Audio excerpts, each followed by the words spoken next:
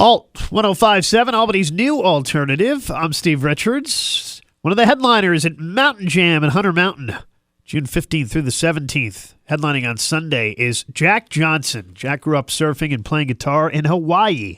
Since 2001, he has released 7 studio albums and 2 live albums that have sold over 25 million copies worldwide. Jack's latest album, All the Light Above It 2, was released back in September. And for the first time since 2014, he hit the road for his All the Light Above It tour, stopping at scenic venues across North America, South America, Australia, and New Zealand. Happy to have Jack Johnson join me now. Jack, this latest album, All the Light Above It 2, what does the title refer to? Well, it's a good question. I try to make them all tongue twisters, and this is the best I could do this time. To me, it's a reference to this idea where here we are floating out in space, and sometimes, you get the feeling that this life was designed just for you, and it's just a reminder how small we are, and it shines down on us, the sunlight, but it goes right past us, and it shines in the other direction, and that's a kind of theme that kept coming back in different songs. It's just reminding ourselves how small we are out here in the middle of this ginormous multiverse. You were off the road for almost 4 years. First album, this one, in almost 5 years. What was that like? Oh, being off the road? Yeah.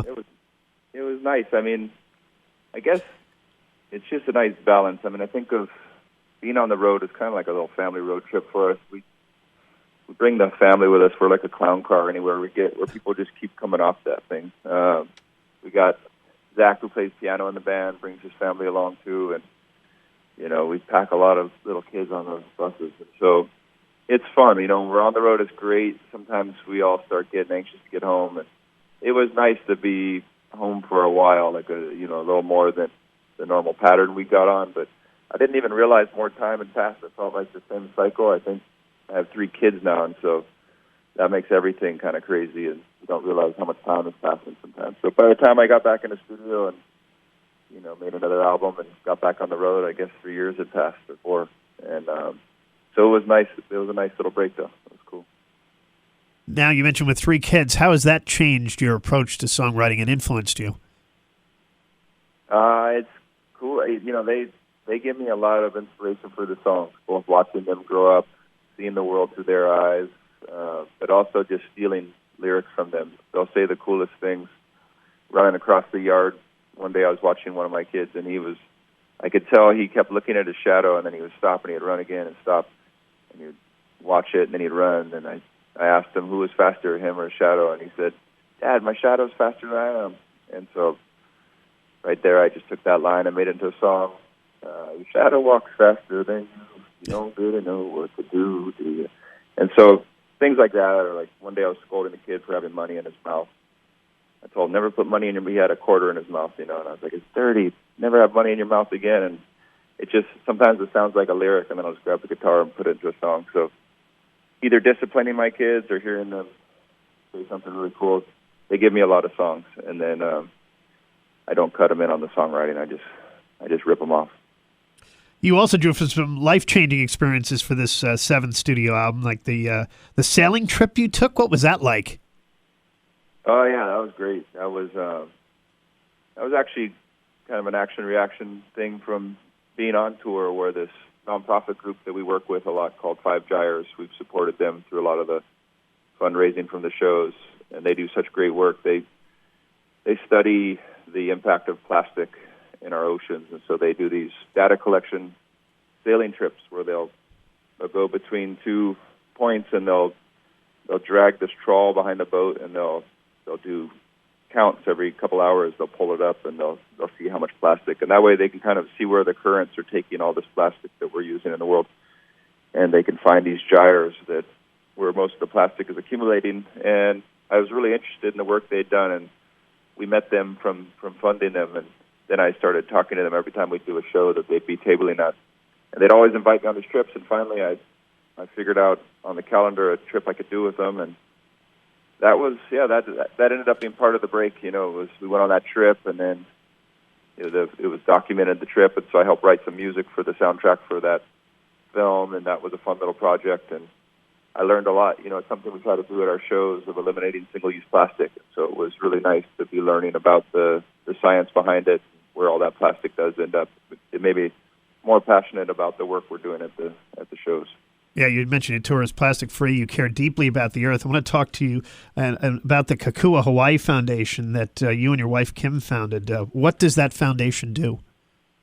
Yeah, so Kakua Hawaii Foundation, it's a nonprofit group here in Hawaii, and we support environmental education in the schools and community in Hawaii. And we have a lot of different programs. We do plastic-free initiatives, which tie into what we try to do at the shows, but we do those kind of things in Hawaii as well, going into schools and talking to the kids about the impacts of using single-use plastic. And we try to do it in a way that's engaging for the kids, get to be a scientist for the day, go to the beach, and you gather a bunch of plastic from the beach, but then you look at it and you find out if there's languages on the plastic, if you can see that it's from derelict fishing gear, where did that float to Hawaii from, which part of the world, or you do different data collection counts and you figure out how much, what's the thing that's ending up on our beach the most. And so we let the kids kind of be the scientists for the day. That's one of the programs we do.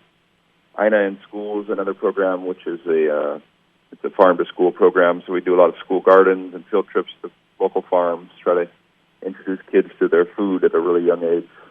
It's a big problem in Hawaii where 90% of our food is shipped in, so we're trying to change that around in the long run and trying to introduce kids to food so they can ask those bigger questions. If we can grow so much food in Hawaii, why are we shipping so much in?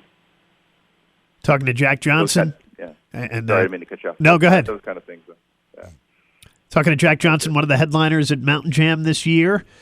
On Sunday, June 17th, he will be headlining at the 3-day festival. We were just talking about his Kakua Hawaii Foundation. You've also got the Johnson Ohana Foundation to support environmental art and music education worldwide. Your album, tour profits, and personal philanthropic activities result in over $30 million donated to charity since 2001. Some terrific work being done there.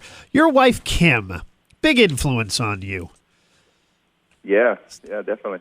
Your muse, right? Yeah, my manager, my muse, my everything. I mean, we met when we were 18 years old, and so the first songs I was trying to write, really, I mean, I'd written a couple in high school, but even when we'd first met, we were freshmen in college, and so she's helped me write songs. She's kind of helped encourage me to raise my voice a little bit where I can project out. I mean, when I first met her, I could only project my voice to my mom, and then I could project it to her. Everybody else, it was like a filter would go on where I just would sing really quiet, and so she would kind of encourage me to go to open mic nights where I didn't know anybody and just try it. And she saw it in me before I could feel it myself, that there was something there, and so she was always encouraging me to keep doing it and to keep writing, and I kind of always write with her in my mind. She's like my editor in a way. It's like I know that when I show her a song, she'll be honest with me of which line she likes, which she doesn't. It's always been the case for me. She's kind of that person I get to bounce it off of, and so when it comes time to make an album now, she'll be the one that'll actually grab all the different random places I've been writing things down, and she'll get me organized, and she'll make a outline of the songs and themes of the songs. It's really cool because I'm way too scatterbrained, and then she'll bring it all together, and all of a sudden I can look at it and think, oh yeah, maybe there is an album here. And so anyway, she's everything for me. I mean, and with all her educational background, she taught for years, and she was a teacher in public schools, and so she was really the reason and the motivation behind doing the nonprofit groups. It was real exciting to be able to start those up. Did you actually start counting how many love songs you've written for your wife? One day I did. I was writing this one. I think it's called what did I title it? Love song number 16, I think. Yes, love song number 16. Yeah.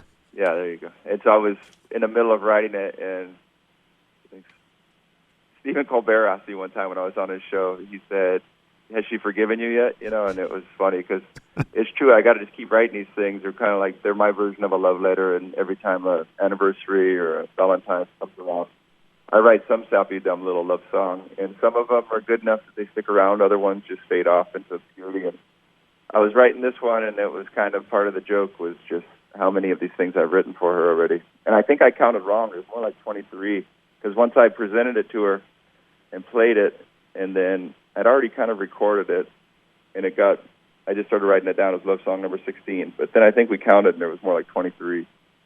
But I just kept it. I like the title. Well, you can't talk to Jack Johnson without talking about surfing, too. And you said you would have never gotten that into guitar, and I know you're very influenced by Jimi Hendrix, too, if it wasn't for that surfing accident.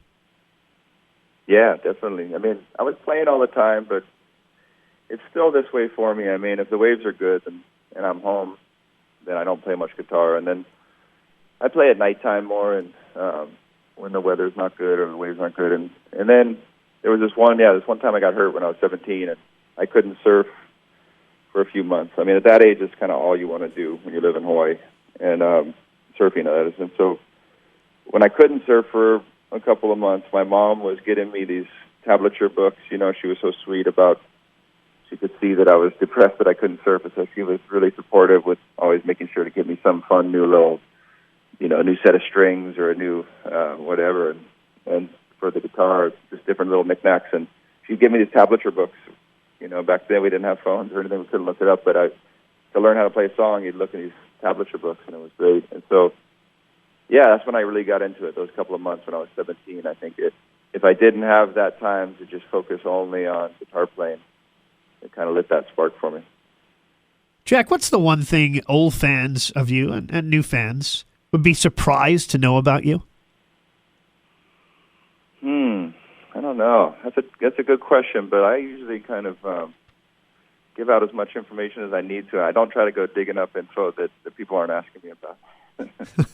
So I don't know. I'm not sure. I want to ask you about Ben Stiller, too. Back in 2004, he was an early fan of yours, especially in that music video, Taylor. How did you get him involved?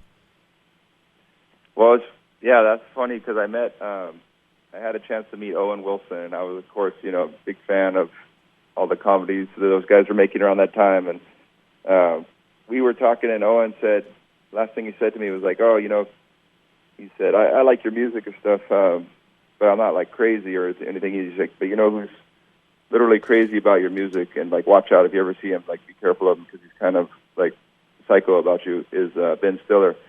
And he said, I think they were just making, I forget what movie, but one of the movies together. And he said every day on the set he would pull up and you could hear it. You could hear him coming because he'd have my music playing really loud in his car, and he'd be like lip syncing it and stuff. And said like literally it's the only thing he listened to. And so it was funny because we were about to make a video, and so I just thought like, oh, maybe he could just. I was kind of shy about doing the video at first, so I was like, maybe he could just play me in the video and I wouldn't have to be in it. And so I called him with that idea, and he said, well, he had the good idea of saying, well, how about you don't really want to do it, and I kind of slip off into this thing where I dream about being you, and that way I'll only have to do like half the video. And so he only had a day to shoot it, you know, so we came up with that idea and brainstormed. But yeah, we've, you know, maintained the friendship. He's a great guy. He's really sweet. What is your favorite song to play live? It just depends. I mean, I play a lot when I'm home in Hawaii, just last minute at little functions, and I'll jump up and play 3 songs with just my acoustic guitar. And in those kind of settings, it's always really nice to play the song called Home or the song Better Together. And then, you know, if I'm in front of a amphitheater of people and people are up and dancing, then a song Bubble Toes, which is like a song I'll never play around my house anymore or anything like that. But if I got a lot of people dancing, that's always, we feel really appreciative as a band to have songs like that we'll just stretch that thing out for a while and just keep people dancing. So it just depends on the situation.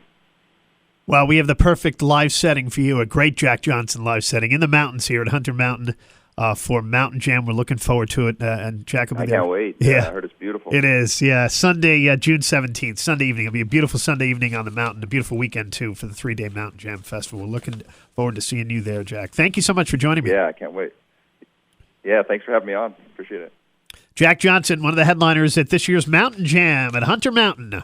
He'll be there on June 17th. I'm Steve Richards on Alt 1057.